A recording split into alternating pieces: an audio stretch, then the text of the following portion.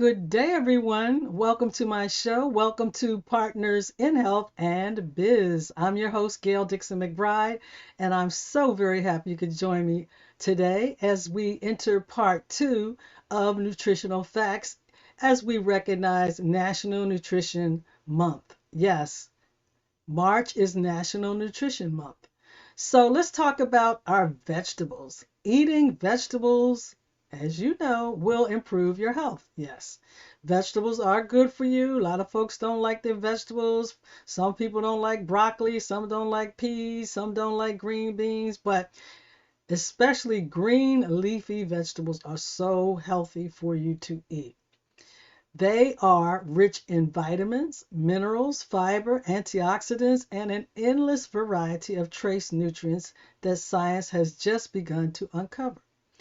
In observational studies, eating vegetables is associated with improved health and a lower risk of disease.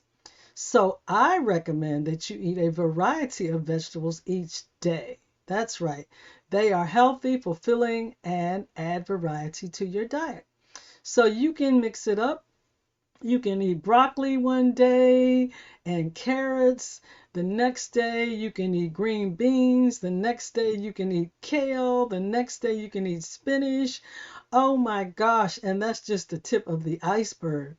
There are all types of vegetables that you can eat. So, and they're healthy for you. So they are rich in all sorts of nutrients, and eating vegetables each day is associated with improved health and, again, a lower risk of disease. So, what has been taught? Take a big white plate, a large white plate, and for instance, for your dinner, if on that large white plate, most of the things you have on that plate are not colorful, they're like meats and potatoes mainly, then that is not a healthy plate. A healthy plate will have a variety of vegetables, such as the broccoli, the carrots, the spinach, the carrots. There are turnips, there are sweet potatoes. There's so many vegetables that you can eat. So a colorful plate. If you're eating a plate that's bland with not many colors at all, no vegetables, that's not good. That's very unhealthy. So now let's talk about vitamin D. Did you know that vitamin D is very crucial to your health? If you have a deficiency in vitamin D, this can cause a lot of health problems because vitamin D is a unique vitamin that actually functions as a hormone in the body. That's right, a hormone. The skin makes vitamin D when it is exposed to ultraviolet rays from the sun. So make sure you're getting outside and getting your sunshine. This is how people got most of their daily requirements of vitamin D throughout evolution. However, a large part of the world is deficient in this crucial nutrient today. In many places, the sun simply isn't available throughout most of the day. And you know, we have sunny days, we have cloudy days, we have overcast days. But even when there is sun, many people tend to stay inside and use sunscreen when they go out. And sunscreen effectively blots or blocks vitamin D generation in the skin.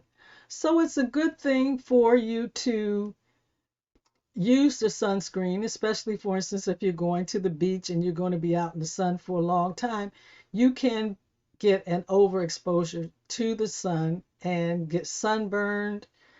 Uh, African Americans have more melanin in their skin or in our skin, so we don't tend to burn as easily, but any type of sunburn, folks, damages the skin and can cause premature aging.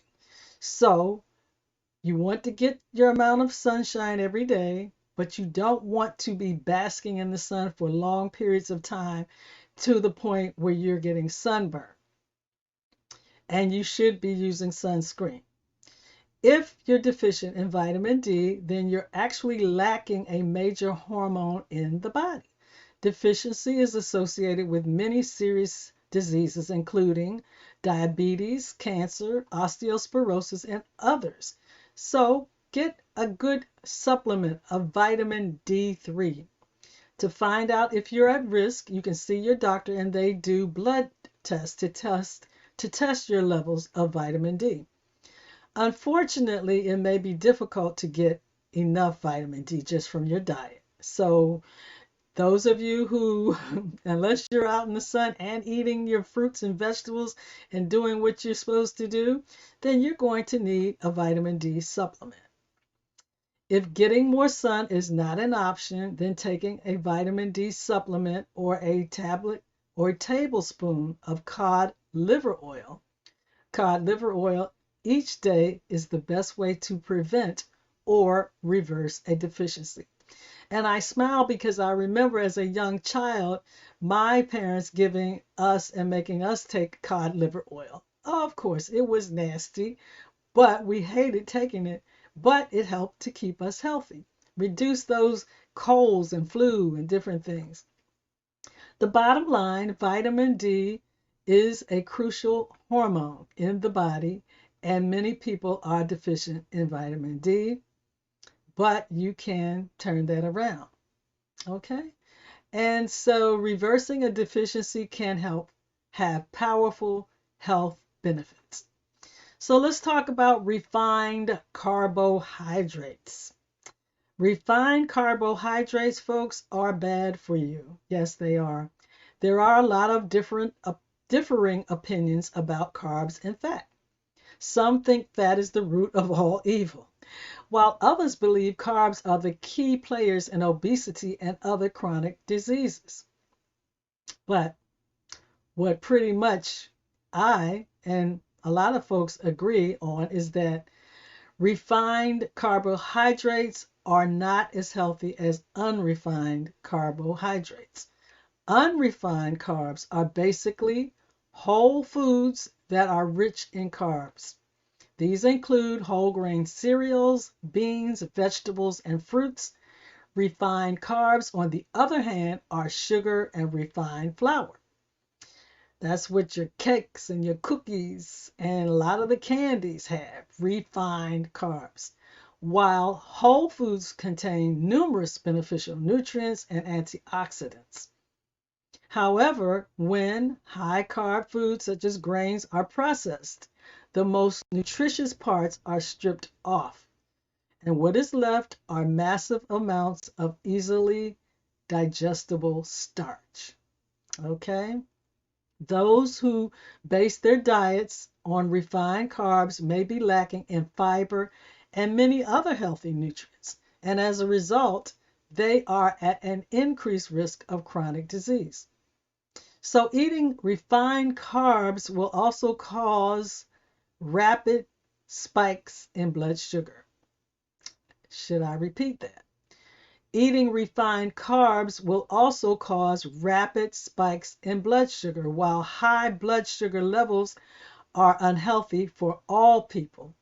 They are a much greater concern for people with diabetes. So it is clear that whole grains and unrefined carbohydrates are a lot healthier than their refined processed counterparts. So to summarize, carbohydrates like processed grains are unhealthy. They are lacking in nutrients, and eating them may lead to rapid spikes in blood sugar and insulin, which can cause all sorts of problems down the line.